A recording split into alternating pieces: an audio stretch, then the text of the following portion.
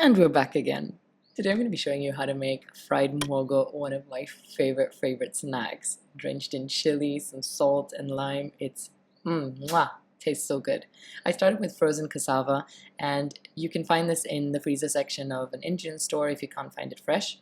You want to add it to a thick bottom pan and add some water about halfway.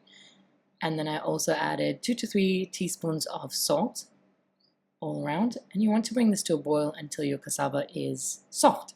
You could also put it in a steamer if you like. So you want to make sure they're soft but not overly soft, if that makes sense. And then you have to add it to some hot oil.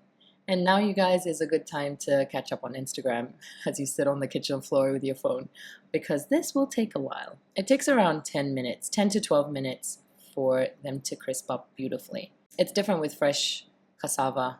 The frozen one, this is just how it is. That's just how long it takes. All you need to do now is drain it on some kitchen paper, and then let's make the salt and chili mixture. I added 2 tablespoons of salt and some chili powder, and this video is not sponsored, by the way.